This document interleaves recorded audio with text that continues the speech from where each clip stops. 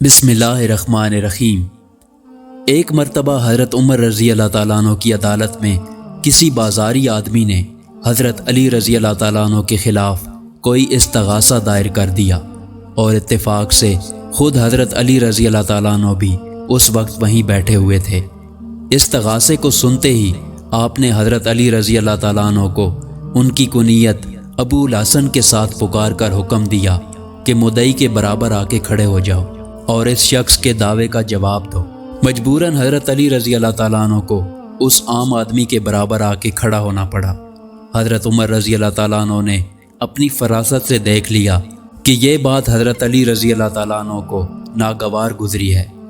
چنانچہ جب مقدمہ ختم ہو گیا تو آپ نے حضرت علی رضی اللہ تعالیٰ عنہ کو الگ بلا کر اس ناراضگی کی وجہ دریافت کی تو انہوں نے صاف بتا دیا کہ آپ کا یہ طریقہ کار مجھے ضرور ناگوار گزرا ہے۔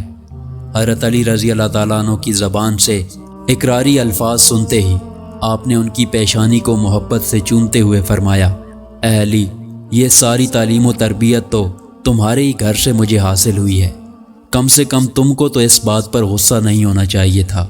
اس کے بعد پھر دونوں اسی طرح گھل مل گئے۔ سبحان اللہ۔ اس قسم کی مزید ویڈیو دیکھنے کے لیے ہمارے چینل کو سبسکرائب کریں۔ شکریہ۔